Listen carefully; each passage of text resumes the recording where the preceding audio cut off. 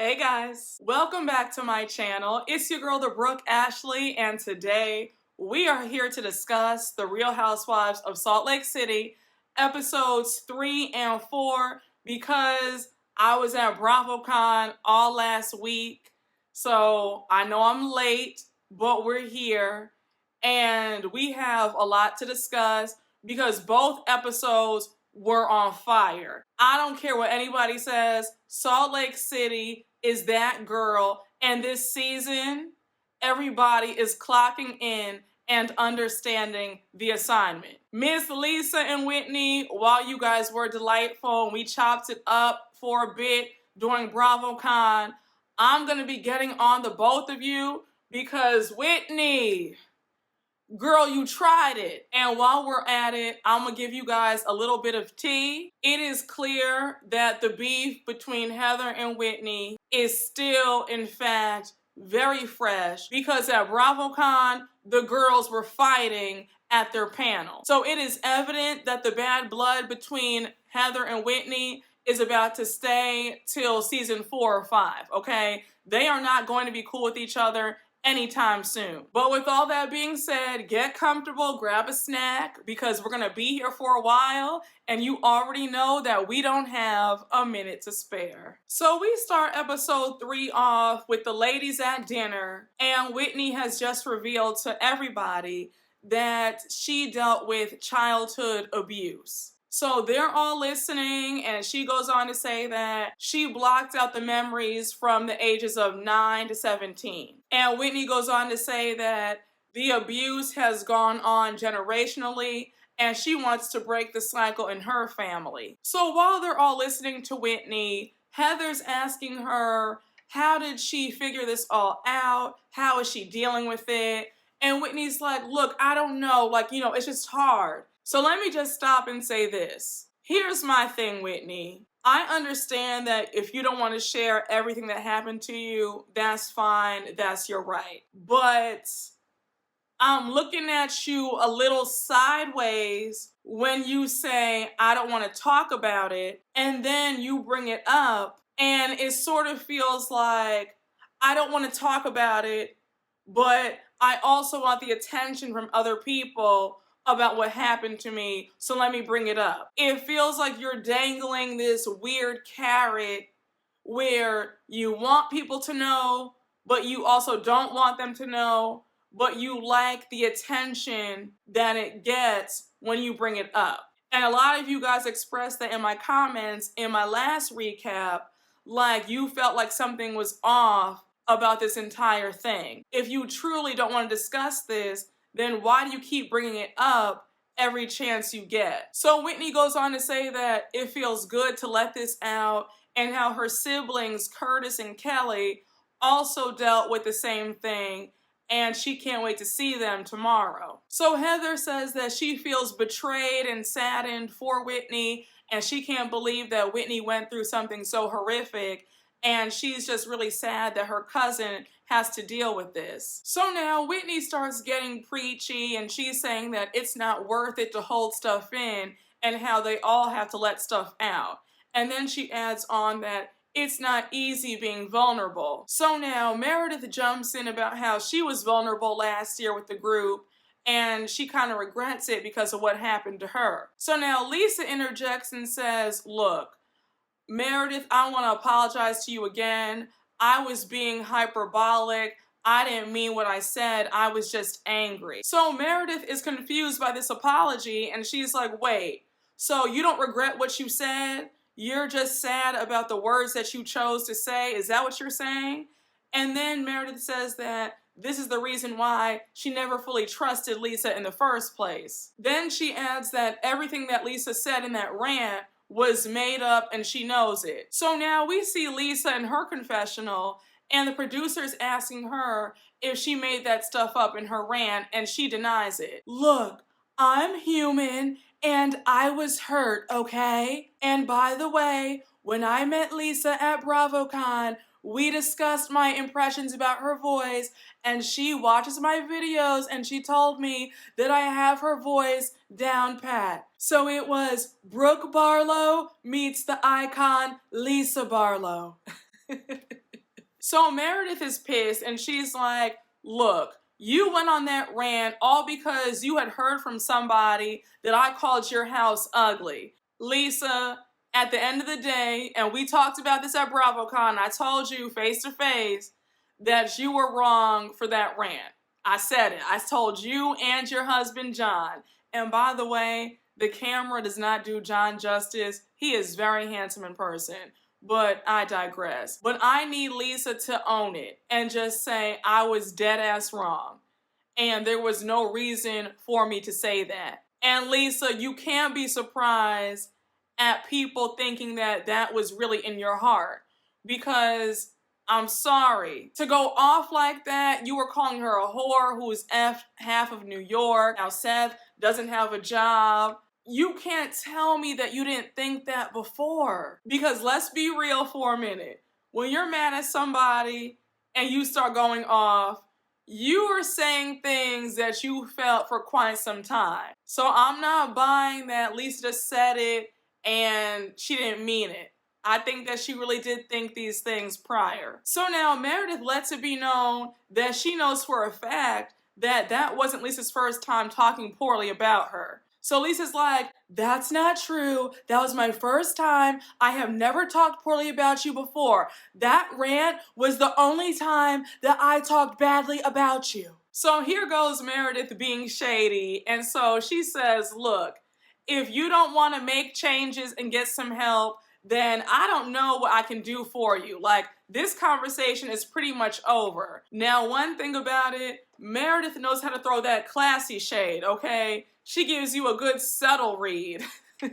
So while Lisa and Meredith are going back and forth, Whitney interjects and she's asking Lisa to tell Meredith where she's coming from and how she feels. So Lisa says, for the last year and a half, my feelings have been disregarded, and honestly, everybody talks shit about everybody, but it's how we move forward from that. And I'm not going to slit my wrists, okay? So I was like, now Lisa, trying to justify going on a full-blown rant about your friend by saying, well, everybody talks about everybody, that's not gonna cut it. You were wrong. There's no other way to slice it. And yes, there are times where your friend will get on your nerves and you vent for a few seconds and say, oh my gosh, she's getting on my nerves, or I can't believe that she did that. That's normal. But to say, you know, she's a whore, she's this, she's that, they're broke, why are they always moving houses? Why don't they own a house? Why doesn't he have a job? What you said was foul.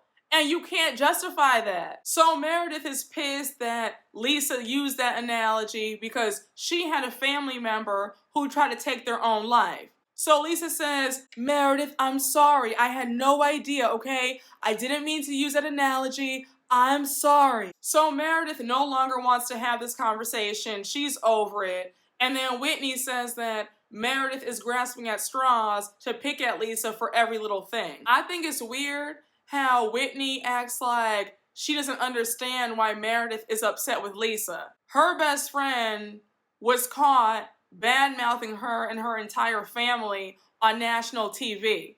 She has every right to hold that grudge and not want to talk to Lisa again. I don't know why they're acting like, well, Meredith is just grasping at straws and she just wants to pick at Lisa. And it's like, no. She wants Lisa to take accountability for what she's done and apologize and own up to it. And Lisa has more stories in a comic book about why she was justified in saying what she said. So Jen is getting tired of the moment not being about her. So she interjects and says that without her family and her faith, she wouldn't be here right now and she wouldn't wish this on anybody. And I said, but girl, it was all so simple. Nobody told you to scam and steal and you wouldn't be in this boat. So please spare me the dramatics of, I wouldn't wish this on my worst enemy. I mean, as long as people don't do what you did, they'll be just fine. You scammed all those old folks out of all that money and look where it got you. Facing a 50-year prison sentence. Were the rented chalets and the borrowed Porsche and the closet filled with borrowed jewelry and furs and rented bags? Was it worth it? So since Jen is letting them all know that what they're arguing about is petty in the grand scheme of things, Meredith turns to Lisa and says, look, Lisa, I appreciate your apology, and while we're not at a resolution, if you want to get there, we're going to need more of a discussion. So Lisa says, thank you for accepting my apology, and I would like that. So now we move on to the next day, and all the ladies are getting ready. You have Lisa in her room. She's talking to John, and she's like, John, I apologize to Meredith, and I feel like it's all resolved. And I said, Lisa, girl, did you not hear Meredith last night? She clearly told you that you guys have not resolved anything, but she does appreciate your apology. I said, talk about hearing what you want to hear. So now we see Heather and Meredith talking in the next room while Meredith is getting her glam done, and Heather is asking Meredith about how she feels regarding Lisa. So Meredith says, bottom line, you can apologize until you're blue in the face, but until I see changed behavior, then keep your apology. So Heather has the audacity to say that Meredith is coming off as a condescending, superior bitch. And I said, now Heather, here's where I have an issue with you, because Meredith has every right to set boundaries. Lisa crossed a boundary when she went on that rant. I don't like how people want to force you to forgive somebody or be friends with somebody again after they betrayed you or did you wrong. That's not how this works. Meredith has every right to say, you know what, I appreciate the apology, but you can keep it. And Heather, everybody's not desperate like you for friends. Just because you let stuff slide and you're okay with somebody cursing you out and then smiling in your face the next day doesn't mean that everybody is on that same type of time. I don't see anything wrong with what Meredith is doing. She has every right to keep Lisa at a distance. Leave Meredith alone. Who are you to tell her how she should feel about this? So now we see all the ladies get on the Sprinter van and they arrive to their first excursion of the day. So they're doing the Arizona party bike. So the tour guide was super lit, and it was so funny because the bike had a pole in the middle. So Whitney got on the pole, and I said one thing about it. Whitney is going to find a pole, honey, and give them a show. I said, finally, the ladies are all getting along. So now they finish with the party bike tour, and they head on over to the rodeo. So it was really cool because at the rodeo, they met up with 8 of these synchronized horse riders, and these ladies were featured in Vogue. And it was also cool to learn that these ladies were in the Dior fashion show as well.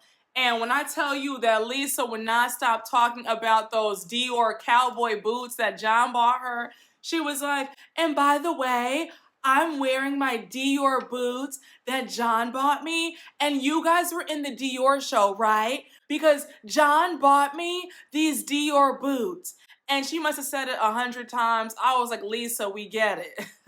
And it was so cute because they had dresses for all the ladies as well. I said, oh, I love that. Lisa and Heather go off to change together, and then Jen, Whitney, and Meredith go off on the other side. So you have Heather telling Lisa that she spoke to Meredith this morning, and she was telling Meredith that these terms and conditions that Meredith has on their friendship is not cool. So now we see Jen, Whitney, and Meredith talking as they're changing, and Whitney and Jen are asking Meredith how she feels about this whole thing. So Meredith says that honestly, Lisa doesn't even believe that she's wrong. So now Whitney says that they all have information on Lisa and it feels hypocritical. So Meredith says, well, I would agree with that, but I didn't spread the rumors. All I said was, yes, there's stuff pertaining to her finances and her marriage, but that's all I said. I didn't spread anything. So now Whitney's upset and she's like, oh, so are we arguing semantics now? And that's one thing that I cannot stand about Whitney. Whitney loves to stir the pot, run her mouth, and then likes to switch up on you and act like you're the one who said all the stuff that she said. I can't stand that about Whitney. And she does it all the time. So now Whitney wants to know if Meredith plans on having a one-on-one conversation with Lisa, and Meredith says no. So now Whitney says, really, Meredith? Because you're the one who came to me with this. So Meredith is like, girl, are you serious right now? Like, what are you talking about? So anyhow, we see all the ladies get on the horses, and of course, Lisa is running her mouth about the Dior show and her Dior boots. And I was like, Lisa, give it a rest, please. The Dior boots are gorgeous, but you have said it about 100 times, and I can assure you that these women do not care. So now we flip to the next scene with all the women getting ready for the garbage, trash, whore lingerie party. So here's where I really got annoyed. They're all getting ready, and now we see Whitney and Heather talking. So Heather says, I think that Lisa and Meredith were good today. Like, there wasn't any fighting. They were both in good spirits. Like, that's some progress. So here goes Whitney being messy because she can't help herself. And she says, but here's what bugs me about this whole thing. Because Meredith came to me about the rumors about Lisa, and at some point, I need to tell Lisa what was said because I feel guilty that I was even having this conversation about her. So Heather says, look, you organized this trip for us to have peace, and it's all about Jen. It's a bad idea. Keep your mouth shut and don't say a word. So Whitney tries to make an excuse saying, well, I'm trying to help Lisa. And Heather says, girl, no, you're not. It looks messy and you know it. Again, keep your mouth shut and don't say anything. So of course, Whitney just wants to be annoying. And she's like, well, since processing all the secrets in my family, I want to break the cycle. So I'm going to reveal what Meredith was saying about her later on tonight. Now, I was on Heather's side 100% because Whitney knows what she's doing. She's not coming into this with good intentions or trying to make things right. She's doing this to create a bigger wedge between Meredith and Lisa because she wants to be Lisa's best friend. Period, point blank. I see right through Whitney and her antics and her trying to conflate two separate issues of the secrets that she dealt with in her childhood to this situation between her, Meredith, and Lisa. It's BS to me. Two completely different situations, and Whitney knows it. So the garbage, trash, whore lingerie party is starting, and everybody's in lingerie except for Lisa. Lisa had on these satin pajamas. I was like, oh, okay, Lisa. I was surprised because Lisa dresses very sexy any other time, so I was surprised to see her in pajamas. I was like, okay, girl, you didn't want to give us a bustier, like nothing? I mean, come on. And it was so funny because they all called her out like, Lisa, girl, what is this? And she was like, I feel sexy. That's all that matters, okay? Don't talk. And I was like, Lisa, if you like it, then I love it. As long as you feel sexy, that's all that matters. So they all start preparing dinner. They're making salmon and steak and salad and I think potatoes and bread. It looked like a really good feast, okay? I mean, my mouth was watering just watching them all prepare it. I love it. I love it. So now we see Whitney and Jen over at the grill, and while Whitney is putting the steaks on the grill, she starts questioning Jen. So she's like, Jen, did Meredith ever bring up these rumors about Lisa and these affairs to you? So Jen says that she wasn't the one who brought it up. Meredith brought it up, and all she said was she had heard the rumors before. Now I said, Jen, not you being all quiet and throwing Meredith under the bus, because if I recall in that first episode, you guys were in that hot tub having a good old key and cackle about what you heard about Lisa and these affairs. But now you want to say, well, no, I didn't say anything. I mean, it was all Meredith, and all I said was I just heard it. I said, okay, girl. So as fate would have it, Meredith walks over to Whitney and Jen at the grill, and now Whitney starts questioning Meredith. So Meredith says, yeah, I mean, in the hot tub, me and Jen discussed it. I never said specific to what. All I said was I had heard some rumors. Jen said that she heard the same rumors. And I just confirmed that I heard the same things that Jen had heard too. That's it. Now I need to ask you guys, did the last 15 minutes of this episode make you feel crazy? Because the reverse psychology that Whitney was trying to do to Meredith, I was too done. I was like, are you serious right now? Whitney has the nerve to say that she feels like Meredith has put her in the middle of what's going on between her and Lisa. So I'm like, Whitney, are you really doing this right now? Are you serious? So Meredith checks Whitney and she says, Whitney, the reality is you had a lot more to say about this than I did. So baby, they play the tapes back, and on top of Whitney telling some story about Lisa sleeping with their wealthy mutual friend for Vita Tequila to be on the shelves, we find out that Whitney was running her mouth about some tea that Angie Harrington told her about she was sleeping with some guy for courtside jazz tickets. And once again, I can't stand that about people like Whitney, because they will run their mouths, say more than you did, and then try to turn it on you like you're the one in the wrong. So Whitney has the audacity to say that that doesn't matter, and how she feels like she can't move forward and be authentic if they don't address it. So Whitney goes on this long rant about how if people tell her something, that they expect for her to be the one to say it. And then she says that she's tired of being Nancy Drew. So Meredith is like, Whitney, what are you talking about right now? So you already know that it's about to go all the way left, because now Whitney storms back into the house. Lisa and Heather are sitting there like, what's going on? And so Whitney comes in and she's like, everybody just shut up. Shut up right now, okay? Just shut up. I have to say something. So they're both staring at Whitney. They want her to spit it out already. And now Whitney confesses to Lisa that she's been talking to Meredith about her marriage. So now Whitney proceeds to lie and say that Meredith brought it up to her and started the whole thing. So to add insult to injury, Whitney says that she's tired of being in the middle of all this and she's removing herself out of this whole thing, and it's not her fight. So at this point, Lisa wants to know what's been said about her, and now Whitney tells her the rumor about her with the guy who has the courtside jazz tickets. So Lisa says, are you crazy? Are you serious right now? That is so disgusting. I cannot believe this. I am in shock right now. So Meredith clears her name and she's like, I didn't say that. Whitney told this to me. I didn't say any of this. Why am I involved in all this? Now, I was screaming when Heather said, now seriously, a blowjob for Utah Jazz tickets? I could see if it were for the Lakers to sit next to Jack Nicholson, but not for the Utah Jazz.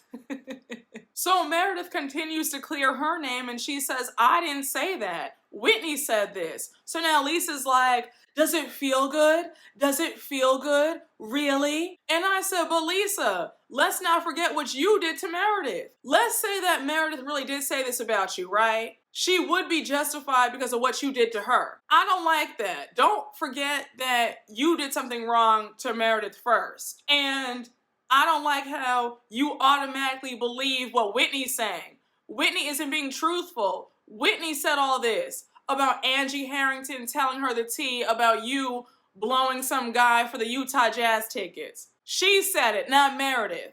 Now, did Meredith say, well, I've heard some rumors and I heard that she did do favors? Yes, she did. But Whitney's the one who added the extra sauce and ran with it. And that shows that you don't fully trust Meredith either, because why do you automatically believe what other people say and not your friend? Because the fact that you believe somebody when they told you that Meredith was allegedly talking badly about your house, if that's your good friend, wouldn't you just say, hey, so-and-so told me that you said something crazy about my house. Is that true? But you just took it, ran with it like it was the gospel truth, and then badmouthed her in your little rant last season. So Jen is irritated watching them fight about this, and she's like, I'm sitting here fighting for my life, and here you guys are fighting about Utah Jazz tickets. And once again, Jen, pipe down. because you didn't have to be in this boat. You put yourself in this predicament. Nobody told you to scam the elderly and then go on national TV. So Heather's doing her best to get them all to stop arguing, and she's like, everybody, let's just breathe and eat our dinner. So Whitney says that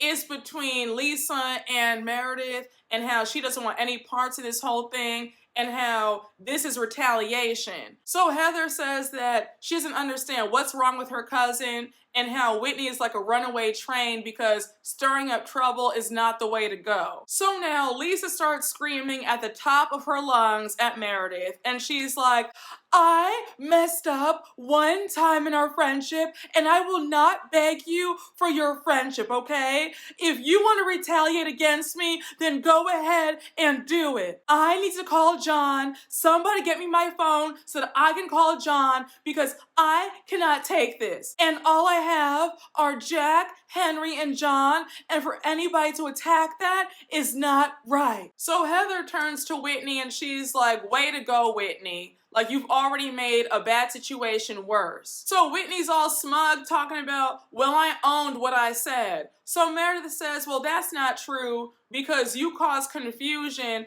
and made it seem like I said that when I didn't. That was all you. So of course Whitney denies it. And then Heather says, no, that's exactly what you did, Whitney, like own up to it. So now Meredith walks over to Lisa's room. Lisa's like, why are you in here? Get out of my room. I have nothing to say to you. So Meredith says, before you kick me out, all I have to say is, I did not bring these rumors up. Whitney did. So Lisa says, okay, well, let's talk to Whitney about it. So Meredith says, okay, that's fine. So now Lisa and Meredith walk back to the kitchen and they confront Whitney.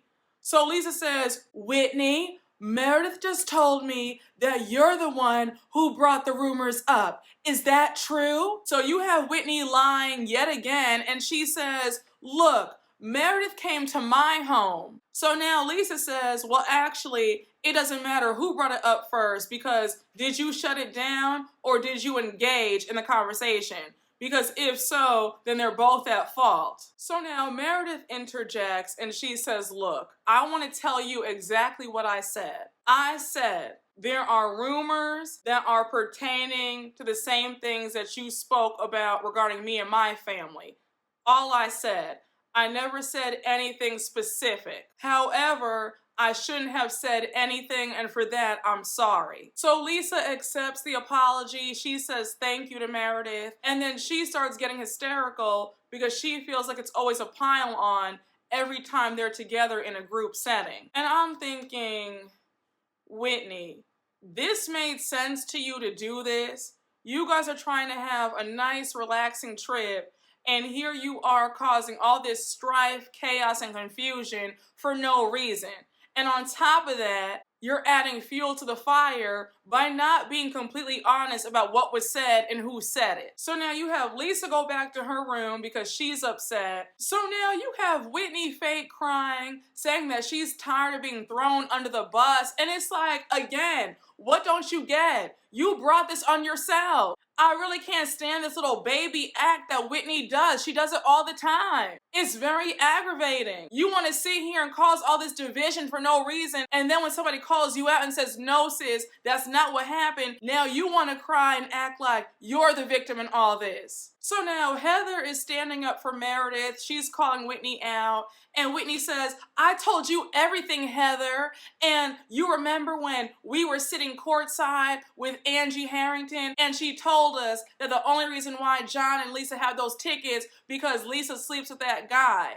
So Heather's like, I don't remember this at all. And now Whitney's like, no, I told you this, Heather. I told you, you know. So Heather says, I'm telling you right now that I never heard this. Because trust and believe, if I did hear it, I would have said it. But I didn't hear this. So Whitney's saying that Heather is lying. And now Heather starts screaming and she says, F you, Whitney, for calling me a liar. Whitney, I notice a pattern with you. I think that because you don't have that strong of a storyline, you like causing a whole bunch of mess. to keep yourself on this show. There was no reason for you to do this. You ruined the night. Heather told you explicitly, keep your mouth shut. There is no reason for you to bring this up right now. But you couldn't help yourself, and now here you go, and now you want to cry and act like somebody did something to you. And how are you angry at Heather for not remembering what Angie Harrington allegedly said? And Heather has a messy side to her as well, so I can assure you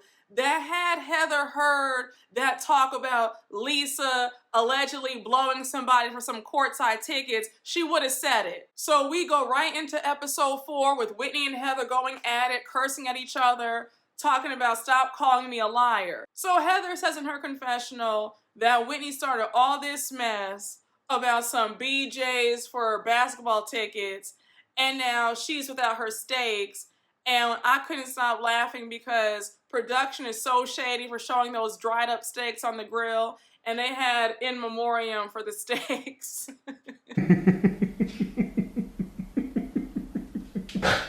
Now, I would have cursed everybody out because how dare you sit up here and ruin the night, and now the steaks are all burnt up and I'm sitting here hungry. So now Whitney says that she's realizing that maybe Heather never gave an F about her. And I said, just immaturity at its finest. You're mad that somebody's not co-signing with the BS coming out of your mouth, so now you want to sit up here and say, well, maybe they never cared about me. It's pathetic. Whitney, you need to grow up. So Heather says that she and Whitney have had disagreements before, but it's never been this bad, and Whitney has never called her a liar. So Heather comes back to the table, she's screaming at Whitney, and she says, don't you ever call me an effing liar again. And then she goes on to say that she does not care who anybody has messed with at that table. And then she says, it's not about any of this, it's about helping and supporting a friend who is facing 50 years in prison. Then Heather says that this night was supposed to be about Jen, but now it's become about Lisa, Whitney, and Meredith, and Whitney needs to get focused and stop it. So, child, I said, what are we watching? Whitney gets out of her seat, she gets in Heather's face, and they're going at it. Heather gets so angry that she pushes Whitney, and I mean, she slammed Whitney into that wall. I said, well, damn. I was surprised that Whitney didn't push her back. I thought that Whitney was gonna slap her or punch her or something. I got scared. I said, oh my gosh. So now Heather walks away and she says, Whitney, you lost me forever, bitch. And I said, child, like I said earlier on, Whitney and Heather were going at it at the SLC panel at BravoCon. I do not see them getting close again for another few seasons. And it's very sad to see how these cameras get in the mix and destroy friendships, family relationships, marriages. It's sad because Whitney and Heather are cousins. And now look at them torn apart. So Heather says in her confessional that her path to friendship with Lisa is not the same, especially if it requires her to lie. Now, like I've been saying, I think that Whitney has such an insatiable thirst to be Lisa's friend that she will sacrifice anybody, including her cousin. So now we see Lisa and Heather talk. Lisa thanks Heather for being her friend, and Heather says, no need to thank me. Just know that I have never had any discussion about you or your family or extramarital affairs. Like, I have never said anything about that. So everybody, for the most part, stops arguing, and we see Whitney and Lisa go off to bed. So it's around 2 a.m., and so Jen, Meredith, and Heather are having a twerk contest with Jen's makeup artist. So Jen's makeup artist slash twerk instructor was named Crystal Pussy or something like that. And so she's teaching them how to twerk. Jen's talking about you better twerk like the rent is due. And I was like, baby. Heather and Meredith, those lights would have been shut off. They would have been evicted because I don't know what that was. Now I'm glad that Jen, Meredith, and Heather were able to salvage the rest of the night and try to have a good time. But me personally, I probably would have just went to bed like Lisa and Whitney did, because I would have been too pissed. Dinner was ruined, didn't eat anything, and it was a full-blown fight. So now we get to the next morning and all the ladies are getting ready for the day. Mind you, it's a bit tense because of what just happened 12 hours ago. So Heather wakes up and she sees that there's a ripped up note on the floor, and it was a note that Whitney wrote to Heather talking about we're bad weather forever and I love you so much, all that stuff. So we see production play the tapes back, and 9 hours earlier, Whitney went into Heather's room and ripped the note up. So Heather says that Whitney doing that is a visual representation of where their friendship stands now. And again, Whitney just acts way too immature, and it's embarrassing to watch. Like, don't you want to grow up? So we now see Jen and Whitney in the kitchen. Jen's asking Whitney how she feels, and Whitney says that she's still in shock and she feels betrayed. Then Whitney goes on to say that she just needs to see her half-brother and half-sister, Curtis and Kelly, because they're the only two who understand her right now. So she goes off to get ready for that, and then we see Jen go off to start packing because she has a red-eye flight to New York for her trial. So now we see Whitney arrive to her half-brother Curtis's house, and I have to say, he has a gorgeous home. I was like, what does he do? So Whitney, Curtis, and Kelly sit down to talk, and we learn that Whitney, Curtis, and Kelly have the same dad, but different moms. And can somebody in the comments remind me of how many siblings does Whitney have? Because I'm like, she must have like, what, 7 or 8 siblings? Let me know because I forgot. But I do remember Whitney saying that her mom and her dad were divorced several times, so I'm sure she has a lot of siblings. So we also learned that Whitney wasn't really close to Curtis and Kelly growing up, because unfortunately, when their dad divorced Curtis and Kelly's mom, he focused more on his family with Whitney's mom. So she says that she only saw them a handful of times growing up. So Whitney tells both her siblings about her healing journey and how they're the missing link for her, and she feels sad that they weren't that close growing up. Now, during this conversation, I thought it was really touching how sweet her siblings were to her. I thought it was so cute how affectionate Kelly is, because I'm very affectionate. She kept hugging Whitney the whole entire time, and I said, that's me. Like, I'm very much like that. But anyhow, Whitney says that on her healing journey, she realizes that she was used and abused in her childhood. So we learned that Curtis and Kelly also dealt with the same thing by the same person. Now, once again, we don't know exactly what this abuse was and who it was by, but we know that they all share the same experience. So during the conversation, Kelly and Curtis let Whitney know that while she is on the path to healing, the memories will never completely disappear, and that it's never going to be completely over with. Like, it's always going to be there, but you have to just move forward despite it still lingering in the background. So they end the conversation with Curtis saying that he's proud of her, and now they all share a group hug. Now, all I have to say is I really do hope that Whitney finds healing, and I hope that she's able to just be free of whatever happened to her in the past, and, you know, just sort of move on from it and not let this hold her back. But finding out that Curtis, Kelly, and Whitney all have the same father, I'm curious to find out what the relationship with the father is like on their parts. Because remember that Whitney and her dad haven't talked in over a year. So I wonder, is Curtis still in communication with him? Is Kelly still talking to him? Like, I'm just curious about that. So now we flip back to the rest of the ladies at the house, and they're all having lunch.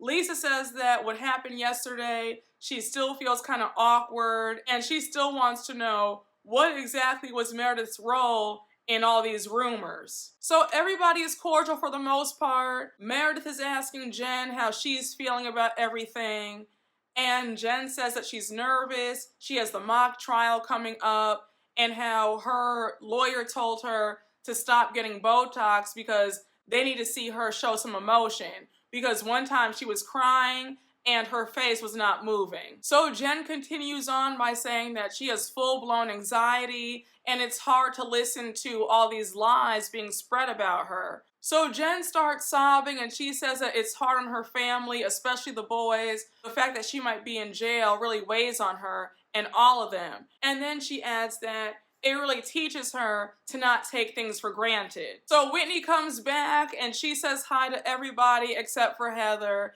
And then we see Whitney say in her confessional that she wants nothing to do with Heather. So now Lisa offers to help Jen pack up her things before she goes. So Jen says, I would like that, and we see all the ladies helping her pack. So Jen's car arrives to take her to the airport, and so she gives all the ladies a big hug, and she thanks them for throwing this trip for her and how it really meant a lot.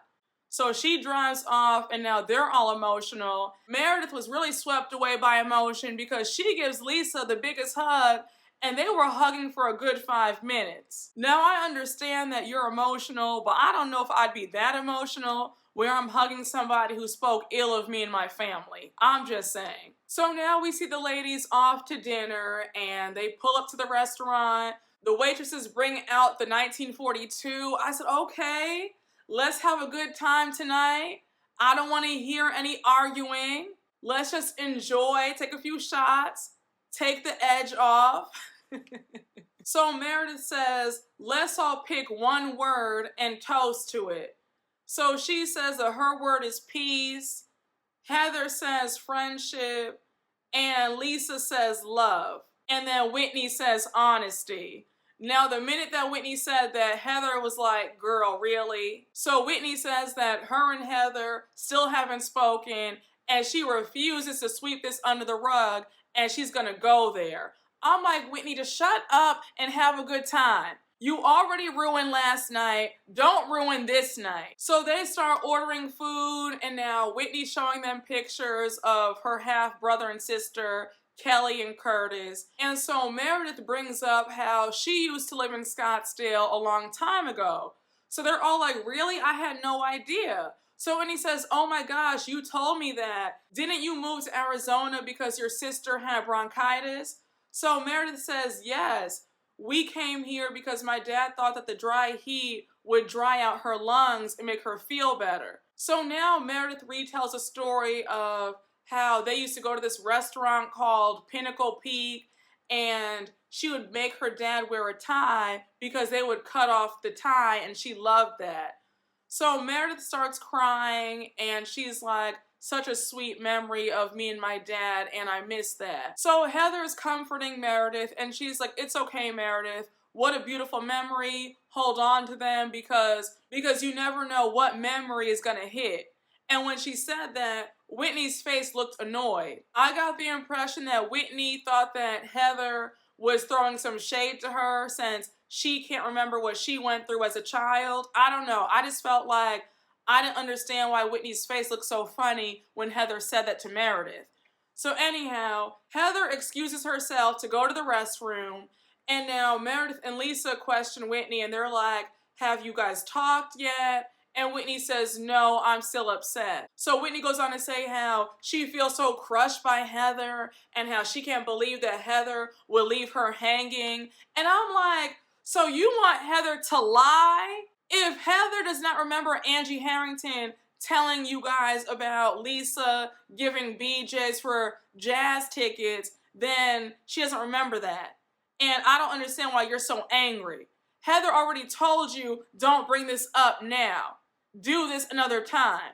You're just upset because your stupid plan backfired and now you want to blame somebody. You can't be mad at somebody for not remembering something. And let's also think about this. Let's say Angie Harrington really did tell you this, right? Angie and Lisa are on the outs because of what happened last season. Angie is dying to be a full-time cast member on this show. So there's a very real possibility that Angie is saying this to get her foot in the door as a full-time cast member. Like, let's be real. So Whitney keeps going on and on about how she was saying the truth and Heather didn't back her up, and how Heather knows firsthand that she's been used, abused, and mistreated and not heard. And I said again, Whitney, that's unfair of you to weaponize your trauma and your pain and conflate these two issues that have nothing to do with each other. It's not right. So now Heather comes back from the bathroom and she's like, what did I miss? So now it gets quiet and now Whitney says, we were discussing last night. So already Heather's annoyed, and now Whitney launches into how she was so hurt by Heather, calling her a liar and saying that she's too drunk to remember anything. So Heather says, girl, I'm confused. You're mad at me because you needed me to corroborate a story that you told that I don't remember? So Whitney says, let's be honest, Heather. You and I have had many conversations about Lisa. So Heather says, well, yes, we have, but not about blowjobs for courtside tickets to see the Jazz play. Like, let's not do this. So now Lisa interjects and she's like, can you please stop saying that about me? It's really disgusting and I don't like it, okay? Like, please stop. So now Heather snaps and she's like, look, this trip was supposed to be about Jen and uplifting her as she's facing 50 years in prison. So now Whitney says, so you're using Jen as a scapegoat? And Heather's like, what are you talking about? This trip was supposed to be about Jen, but you made it all about you and your trauma and what you've been going through. And when I tell you that Miss Heather wasn't having it, she was like, girl, the first night, the first dinner, it was all about you and your childhood abuse. Like, you made it all about you. So now Whitney has the nerve to say that this is a huge blow and she can't believe what Heather's saying. So Heather says, look, I'm not going to sit here and die on the cross about Lisa and these rumors. So here goes Whitney playing the victim yet again, and she's talking about this is really upsetting because Heather is the one person that she could count on, and how Heather knows what she's gone through and how it's not right. And I was like, Whitney, you cannot sit here and make things about you all the time. And yes, while what happened to you is sad and nobody's denying that, you cannot make every conversation about you and what you went through. That is not fair to anybody. And Heather has every right to call you out on it. This is BS. You don't have the right to monopolize the conversation and make it all about you. So here comes the dramatics with Whitney saying that Heather has hurt her. And now Heather says, girl, you hurt me too. Because you came in my room and ripped that note up. And I didn't appreciate that. So I guess we're even. So now Lisa says in her confessional that she can't believe how insensitive Heather's being and how Heather needs to have a sensitivity chip inserted in her. And I was like, now, Lisa, that's real rich coming from you. And I don't understand how you think that Whitney's right in all this. So now Whitney brings up how Heather pushed her into the wall. And Heather says, girl, you're up a creek with no paddle. Just stop. So Heather gets so fed up. She says, Whitney, so you're in charge of everybody's feelings now and all the conversations? Why can't we ever just have a light, easy, breezy dinner? I don't always want to talk about feelings all the time. And I said, say that again. When I'm out, especially on vacation, I don't want to talk about any deep stuff. I don't. I want to have fun, throw back a few drinks, go to the club. Like, I'm not here to have any deep conversation and talk about feelings and all of our trauma. I don't want to do that. And call me shallow or whatever you want to call me, but on vacation, I'm not here for any drama or any sadness. Like, no, let's just have fun. And Whitney can't be mad if people don't want to talk about their trauma and healing all day long. It's exhausting. And Whitney's not all about healing. She loves stirring up mess and then pretending like she's innocent. So the food finally comes out, and it looks amazing, by the way. And now Meredith says, look, it's our last night in Arizona. Can we please just have a good time? And everybody agrees to have a good time and not bring up any mess. And I said again, thank you, Jesus. Because the entire trip has been nothing but mess. So now we get to the last scene of the episode, and all the ladies are back at the house. They're in their pajamas, and Meredith has gift bags for all of them.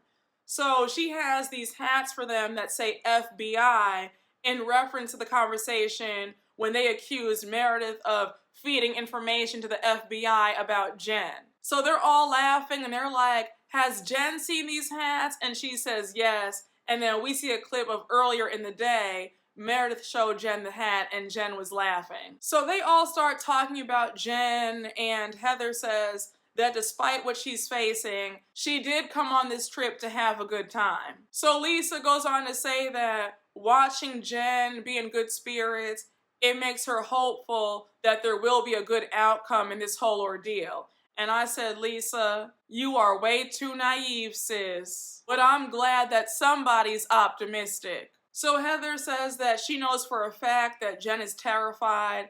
And I was like, well, thank you, Captain Obvious. I mean, she's facing 50 years in jail. I think that anybody would be terrified. So Lisa's asking questions. She wants to know if it's bad that Jen is the last one left who still hasn't pled yet. And Meredith says that it's really bad. And then Heather wants to know if they all think that Stewart is going to testify against her. And Meredith says, well, it's not looking too good. Like, according to the news, he already pled guilty. So there's a good chance that he definitely might testify against her. Now remember, Meredith used to be a lawyer, okay? So she's breaking it all down for them. She says that when you plead guilty, it looks better in court because it shows that you're taking ownership over what you did. So now Heather says that she just can't imagine Stewart testifying against Jen, especially since he was so dedicated to their friendship. Now I said, Heather, let's be real for a minute. Stewart has his own family to worry about. He has a wife and kids at home. He will do anything to make sure that he gets as little time as possible. So if that means turning on Jen, then so be it. Okay? People turn on each other for less. So I can assure you that all those years of friendship are going to go right out the window. So Meredith goes on to say that she cannot imagine Jen taking this to trial because in the Southern District of New York, it is a 98% conviction rate and the odds are not in her favor at all. So they're all worried. Lisa says, you know what? I'm going to go to bed. Shout out to everybody. I have fun. Oh! Shout out to everybody. I had fun. I gotta be good. But I want to believe that Jen had a good time with us. And then she adds that she thinks that the trip meant a lot to her. And that's where the episode ends. But let me tell you that Salt Lake City is bringing it because these episodes were everything. I said everybody is clocking in and I am here for it. But y'all, thank you so much for watching my double recap. I hope you all enjoyed and you already know what to do. Please make sure to like, comment, and subscribe, and I will see you all later. Bye.